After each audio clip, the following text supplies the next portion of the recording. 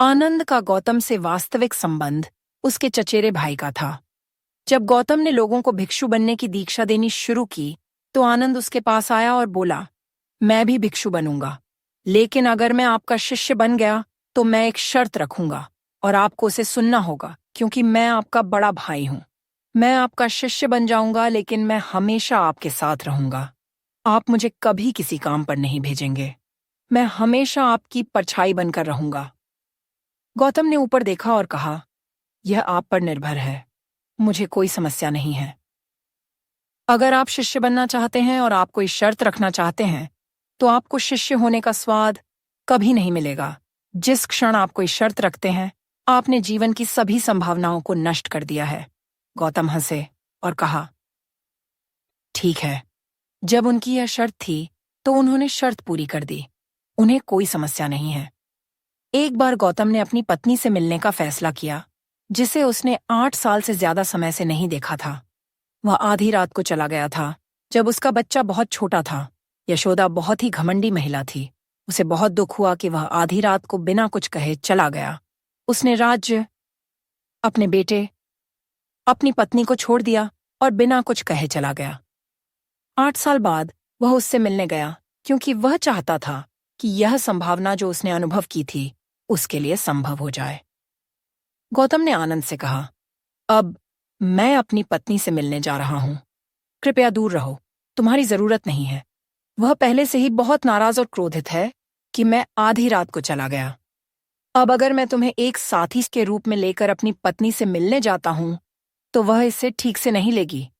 तुम कृपया इसके लिए यहां रहो। आनंद ने कहा, अपना वचन निभाओ। यह बहुत ही असहज स्थिति थी। गौतम अपनी बात तोड़ने वाले लोगों में से नहीं है। उन्होंने कहा, ठीक है, और वे आनंद को अपनी पत्नी से मिलने ले गए। वह क्रोधित थी। उसने नखरे दिखाए। उसने उस पर चिल्लाया। उसने उसे कायर कहा। उसने चुपचाप सुना।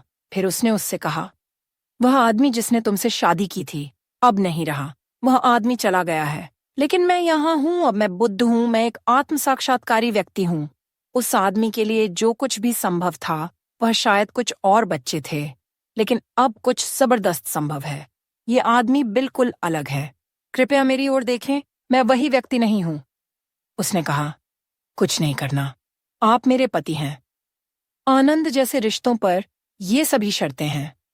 आप कायर हैं और आपने इस छोटे बेटे को छोड़ दिया। वह यह भी नहीं जानता कि उसका पिता कौन है। आप भाग गए। उसके पास कहने के लिए बहुत सी बातें थीं। उसने वह सब कुछ कह दिया जो वह कहना चाहती थी। गौतम ने कहा, कोई बात नहीं। फिर यशोदा ने हमेशा की तरह चाल चली। उसने कहा, आप अपने बेटे को क्या देने जा रही हैं? वह अपने बेटे को लेकर आई और कहा, अपने पिता से पूछो कि वह तुम्हें क्या देने जा रहे हैं। गौतम तैयार होकर आए थे। उन्होंने आनंद को बुलाया और कहा, कृपया मेरा भिक्षा पात्र ले आओ। वह भिक्षा पात्र ले आया। उसने अपने बेटे को लाया और कहा, मैं नहीं चाहता कि तुम राजा के रूप में कष्ट उठाओ, इसलिए मैं तुम्हें परम स्वतंत्रता दे रहा हूं। आनंद ने सिर्फ एक शर्त की वजह से अपनी संभावना को नष्ट कर दिया। वह सब कुछ चूक गया।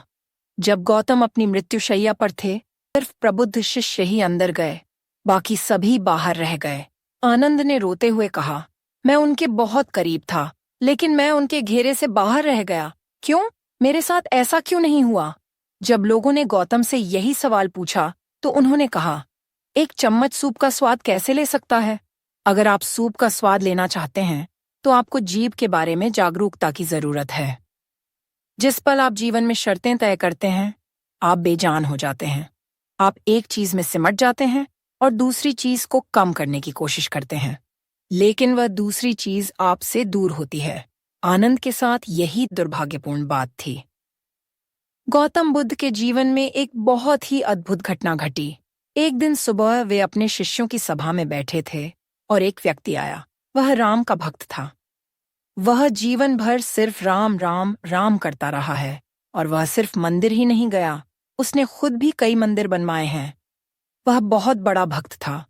अब उम्र ढल रही थी और उसके मन में थोड़ा संदेह आया। मैं जीवन भर सिर्फ राम राम राम करता रहा हूं। यहाँ बहुत से लोग हैं जो ईश्वर में विश्वास नहीं करते, और फिर भी वे संसार में मौज मस्ती कर रहे हैं। मैंने ईश्वर का नाम लेने के लिए सब कुछ खो दिया। मान लीजिए ईश्वर नहीं है, जैसा कि दूसरे कह रहे हैं, तो मैं अपना पूरा जीवन खो दूंगा। वह जानता था कि ईश्वर है, लेकिन उसके मन में बस थोड़ा संदेह था। वैसे भी यहां एक प्रबुद्ध व्यक्ति है, उसे सब पता होना चाहिए। वह गौतम के पास गया। सुबह सुबह सूरज उगने से पहले वह छाया में खड़ा हुआ और पूछा, क्या ईश्वर है? गौतम ने उस व्यक्ति की ओर देखा और कहा, नहीं। पहली बार उसने स्पष्ट रूप से नहीं कहा। वहां मौजूद सभी शिष्यों के लिए यह हर समय उनके भीतर एक संघर्ष था, ईश्वर है या नहीं। यह एक जबरदस्त संघर्ष है जो हजारों सालों से चल रहा है। जब से मनुष्य इस ग्रह पर अस्तित्व में आया है, तब से यह संघर्ष उसके भीतर चल रहा है। यह संघर्ष आस्तिक और नास्तिक दोनों के लिए है। पहली बार गौतम ने जोरदार नहीं कहा और राहत की एक बड़ी सांस ली। आपको अब और संघर्ष करने की जरूरत नहीं है। कोई ईश्वर नहीं है, कोई भी आप पर नजर नहीं रख रहा है। आप अपने जीवन के साथ जो चाहें कर सकते हैं। यह बहुत ही आनंद की बात है, एक बड़ी राहत थी। शाम को एक और आदमी आया। यह आदमी चार्वाक था। ये लोग भौतिकवादी होते हैं, जो देखते हैं उसके अलावा किसी और चीज पर विश्वास नहीं करते। उस समय देश में पेशेवर चार्वाक हुआ करते थे।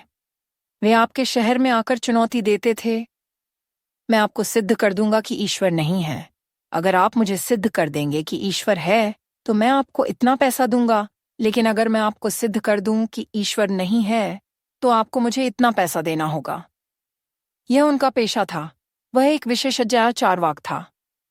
आप 50 साल से ईश्वर को मानते आ रहे होंगे, लेकिन अगर आप उससे 15 मिनट बात करेंगे तो वह आपको सिद्ध कर देगा कि ईश्वर नहीं है। उसने हजारों लोगों को सिद्ध कर दिया है कि ईश्वर नहीं है। उसकी उम्र ढल रही थी और थोड़ा संदेह हुआ। मान लीजिए ईश्वर है। इतने दिनों तक ईश्वर नहीं सिद्ध करने के बाद जब मैं वहां जाऊंगा तो क्या वह मुझे अकेला छोड़ देगा? पहले से ही ये मानने वाले कहते हैं कि ईश्वर बहुत प्रतिशोधी है, क्या वह मुझे अकेला छोड़ देगा? थोड़ा डर आया। वह जानता था कि निश्चित रूप से कोई ईश्वर नहीं है, फिर भी उसके मन में थोड़ा संदेह आया।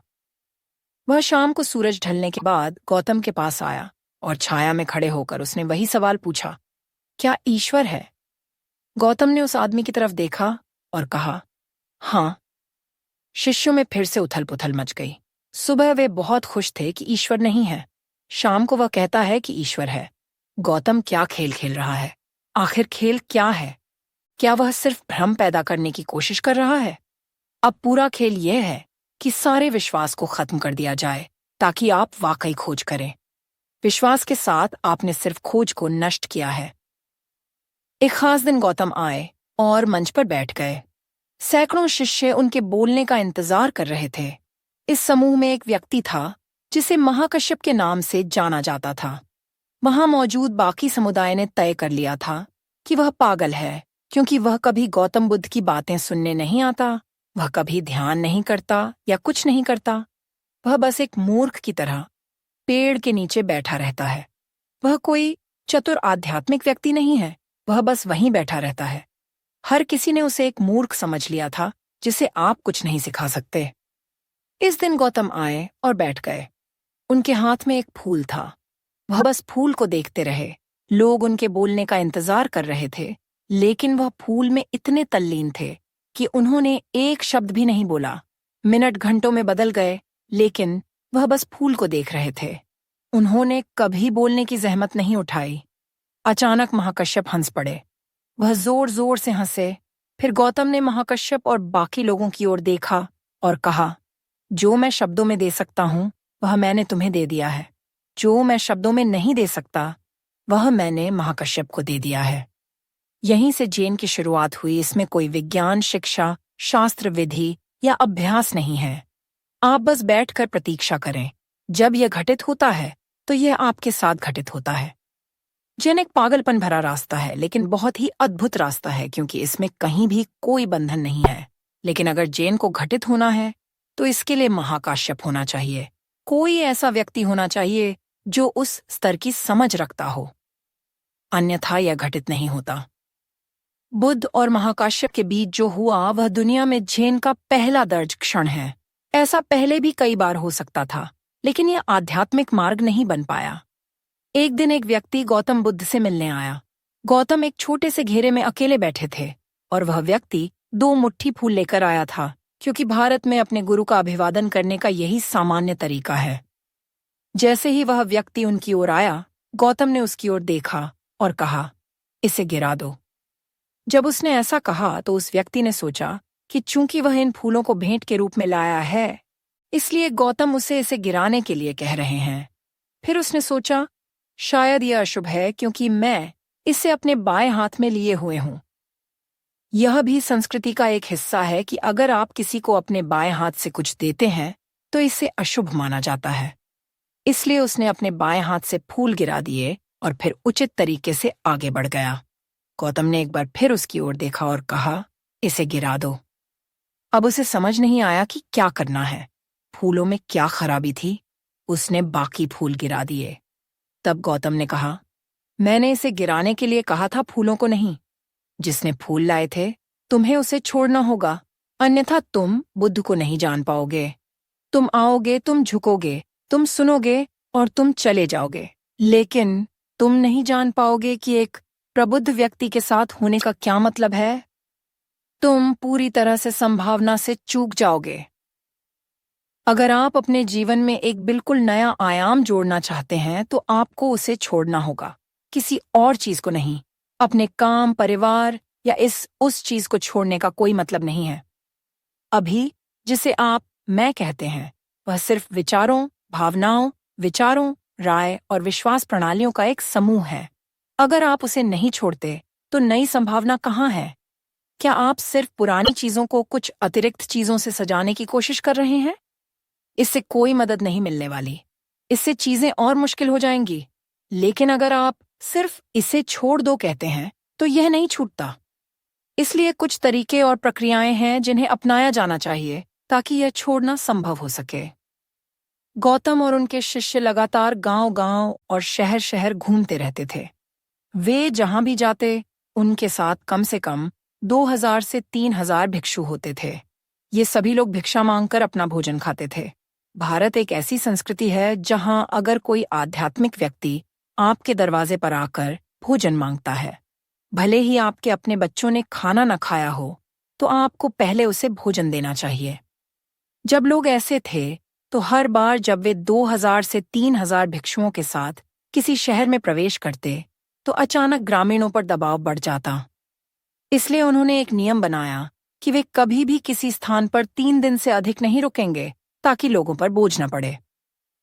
केवल मानसून के दौरान जंगलों में पैदल यात्रा करना बहुत मुश्किल होता था, क्योंकि भारतीय उपमहाद्वीप के उत्तरी और पूर्वी हिस्से में भारी बारिश होती है।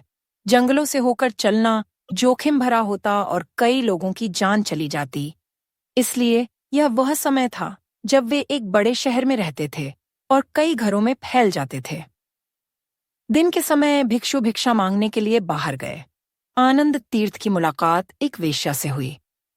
उसने उसे भिक्षा दी। उसे देखा, वह लंबा और सुंदर युवक था, और कहा, मैंने सुना है कि भिक्षु आश्रय की तलाश में हैं। तुम मेरे घर में आकर क्यों नहीं रहते? आनंद तीर्थ ने कहा, मुझे बुद्ध से पूछना चाहिए कि मुझे कहाँ रहना चाहिए। वह वास्तव में ताना मारते हुए बोली, ओह, तुम अपने गुरु से पूछना चाहते हो? जाओ और उनसे पूछो। चलो देखते हैं कि वह क्या कहते हैं। आनंद गौतम के पास वापस गया और उसने जो कुछ भी इकट्ठा किया था उसे उनके चरणों में रख दिया। हर किसी को जहां भी जाना था वहां भोजन और आश्रय मिलना चाहिए।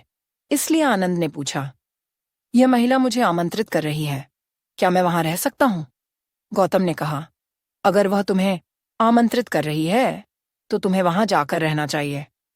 यह सुनकर आसपास के शहरवासी भड़क गए। उन्होंने कहा, क्या एक भिक्षु एक वेश्या के घर में रहने जा रहा है? यही है, यह आध्यात्मिक प्रक्रिया भ्रष्ट हो गई है। गौतम ने उनकी ओर देखा और कहा, तुम इतने चिंतित क्यों हो? औरत उसे बुला रही है, उसे वहीं रहने दो, क्या दिक्कत है? लोग उठने लगे। उसने कहा, रुको, मैं इस रास्ते पर हूं क्योंकि मैं देखता हूं कि यह जीने का सबसे कीमती और शक्तिशाली तरीका है। अब तुम मुझे बता रहे हो कि उसके तरीके मेरे से ज्यादा शक्तिशाली हैं। अगर यह सच था तो मुझे उसके साथ जाना चाहिए। एक सच्चे साधक के रूप में ऐसा ही होना चाहिए। अगर आपको कुछ ज्यादा ऊंचा मिलता है तो आपको उसके लिए जाना चाहिए। लोग बहुत नाराज थे और जाहिर है कई लोग चले गए। आनंद उसके पास गया और रहने लगा। बारिश की वजह से ठंड बढ़ गई। उसने सिर्फ एक पतला लबादा पहना हुआ था, इसलिए उसने उसे एक बढ़िया रेशमी चादर दी। उसने खुद को उससे ढक लिया। जब लोगों ने यह देखा तो इससे इस बात का सबूत मान लिया कि वह भटक रहा है। उसने उसके लिए बढ़िया खाना बनाया। उसने खाया। शाम को उसने उसके लिए नृत्य किया। वह बहुत ध्यान से देखता रहा। जब लोगों ने संगीत सुना तो उन्हें लगा कि वह गिर गया है। समय बीतता गया। जब बारिश रुकी और आगे बढ़ने का समय आया तो आनंद एक महिला भिक्षु के साथ गौतम के पास आया। यह सत्य के मार्ग पर चलने की शक्ति है। एक दिन 3 बच्चों की मां, एक महिला ने अपने पति को खो दिया और वह बहुत दुखी हुई, स्वाभाविक रूप से। इसके बाद उसने तीनों बच्चों को अपने जीवन की तरह पकड़ लिया। लेकिन सबसे बड़ा लड़का भी 1 साल बाद मर गया और उसके तुरंत बाद दूसरा भी चल बसा। अब वह अपने इकलौते बच्चे को अपने जीवन की तरह पकड़े रही, लेकिन यह लड़का भी जल्द ही मर गया। यह सहन न कर पाने के कारण वह छोटे लड़के का शव लेकर गौतम बुद्ध के पास गई। उसने कहा, आप और आपकी सारी आध्यात्मिकता, आप जो भी बातें कर रहे हैं उसका कोई मतलब नहीं है जब तक कि आप इस लड़के को जीवित न कर दें। मेरे पति की मृत्यु हो गई और मैंने किसी तरह उसे सहन कर लिया। मेरा पहला लड़का मर गया और फिर दूसरा भी। मैंने फिर भी उसे संभाला। अब आखिरी भी चला गया। अगर आप असली हैं तो इस लड़के को जीवित करके इसे साबित करें। गौतम ने महिला को देखा और उसे पता था कि इस उत्तेजित भावना की स्थिति में वह जो कुछ भी कह या कर सकता है वह उस तक नहीं पहुंच पाएगा। इसलिए उसने कहा, मैं तुम्हारे लड़के को वापस जीवित कर दूंगा। जाओ और मेरे लिए ऐसे घर से कुछ तिल ले आओ जिसने कभी मृत्यु नहीं देखी। लड़के के शव को लेकर महिला घर घर गई, ऐसे घर की तलाश में जिसने कभी मृत्यु नहीं देखी हो। पूरे शहर में घूमने के बाद उसे एहसास हुआ कि ऐसा एक भी घर नहीं है। फिर वह रुकी। शव के साथ जो करना था वह किया। वापस आकर गौतम के सामने बैठ गई। वह जीवन भर उसके साथ रही।